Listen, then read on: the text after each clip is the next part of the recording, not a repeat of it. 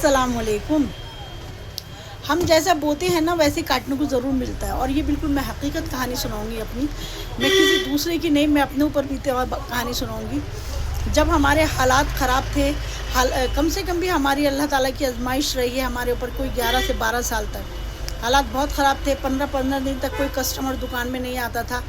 लेकिन मैं तो यही बोलूँगी, अल्लाह ताला की आजमाइश है और इस आजमाइश से घबराना भी नहीं चाहिए।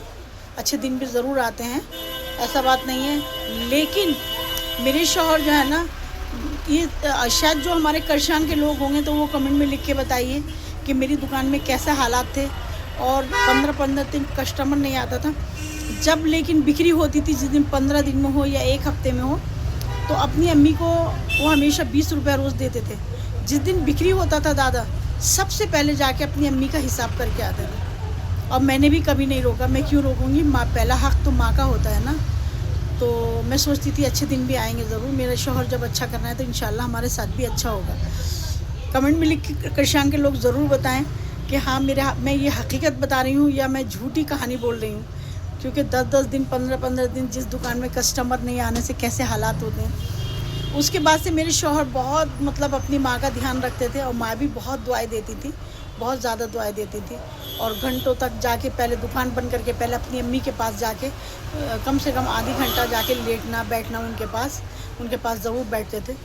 तो वही हालात जो मेरे शौहर ने किया ना अपनी माँ के साथ, तो वही हमारे दोनों बेटे भी हम माँ बाप के साथ करते हैं। ख़ास करके बाप को ये चाहते हैं कि हमारे बाप ने जितनी परेशानी उठाई हैं, हमारे बाप को राजा वाली ज़िंदगी मिले।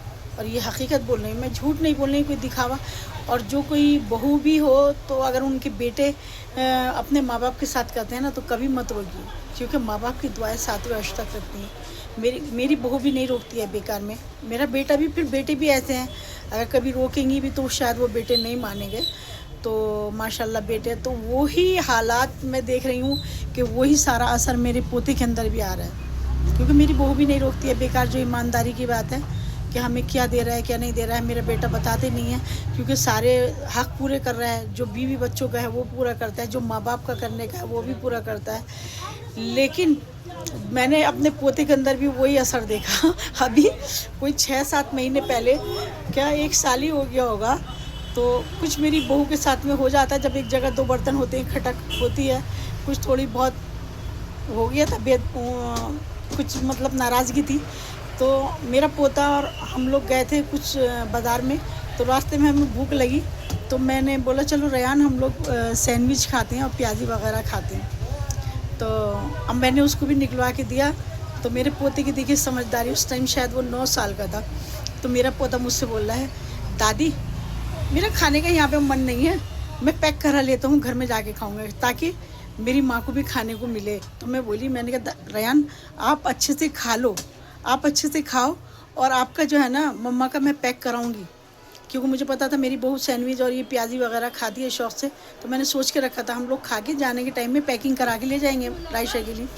तो मेरे पोते ने जब ये बात बोली तो मेरा दिल खुश हो गया। क्यों? जो उसके दादा के अंदर असर था, वो उसके बेटे, जो उसके बाप के अंदर असर है, वो कम से कम मेरे पोते के अंदर भी असर आया कि अपने माँ बाप की मोहब्बत है। तो मैंने पोते को अच्छे से खिलाया, फिर अपनी बहू के लिए पैकिंग करा के मैं घर लेके गई। तो मैंने बोला ना सच, कि जैसा हम बोएंगे वैसे काटने को ज़रूर मिलता है। और मैं सभी बेटा बहू से बोलूँगी कि बेटों से ख़ास करके कि अपनी माँ बाप की इज़्ज़त करो, और अल्लाह ताला आपको वहाँ से देगा जहाँ से आपने सोचा भी नहीं होगा।